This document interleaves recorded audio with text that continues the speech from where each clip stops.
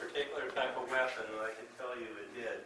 They were known as special weapons, but in reality what those are is nuclear weapons.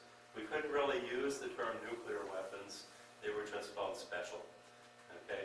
In the early 1950s, the Hornet was fitted out with a special weapons unit. The elevator that's over there comes up from that unit, and then this elevator would take those weapons up to the hangar bay right across from where you had orientation. Okay? It could be a 10,000-pound nuclear bomb that would be handled by these elevators. Okay? And in the early days, they had an aircraft on the Hornet known as the A.J. Savage that basically not only had two radial engines, but it had a jet assist in the tail, and they would set that aircraft up on the catapult to be able to launch. The aircraft was so large that when they folded down the wings on the aircraft, it had a 75-foot wingspan, and it basically definitely could take off, but we're not sure about its ability to land on these ships. They could only fit maybe one or two of those on this size of aircraft carrier, and they were too large to ever bring down into the hangar bay. Okay, so unusual. You know, those nuclear weapons were never used from this ship, but the ship did have the capability of that and carried through areas like this.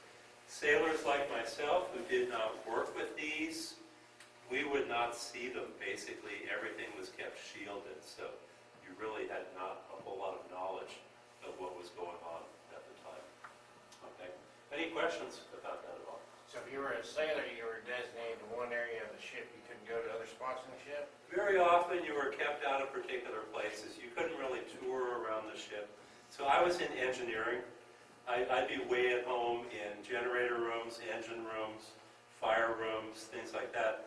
If I showed up on the bridge where the captain was, or even on the flight deck where I had no business being, they'd know it immediately and they'd sort of escort you off. But you learn where you can go and where really you shouldn't. Okay. Yeah, it's funny.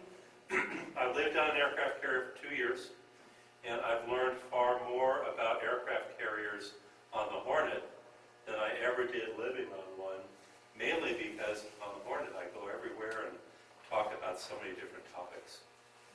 Okay, so let's head over this way.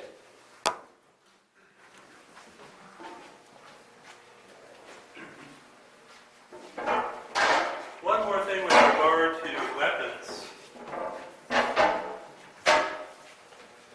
This is an actual sign that came off of one of our aircraft carriers, and it refers to cook-off. Okay? They're not talking about a chili cook-off. What they're talking about is if these weapons end up in a fire, that's how long you have in minutes and seconds before they start exploding.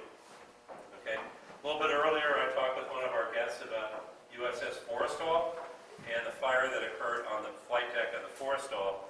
They had 1,000-pound bombs that were going off on that flight deck, and they started exploding after only 90 seconds in fire. So basically, you're in a ship that's filled with fuel and weapons. You have to be extremely careful. Most of us that served on these ships did go through firefighting and damage control schools just to be able to deal with situations like that should they come up. Okay? Could I ask one question? Well, sure. When the crew was fully on board or maxed out, what's the size of the crew? Okay, the crew number on this ship at its maximum was around 3,500. Okay? That seems like a lot. My carrier, which is larger, had 5,000 people on it. That's USS Midway. And then current carriers, USS Nimitz class, they could have up to 6,000 people on them. Okay, so it is really a floating city. Nowadays, too, it's male and female on the Navy ships. Back in the day of the Hornet and my time, it was all guys. It was all males on board. Okay, so that has changed. Okay, so let's head over this way.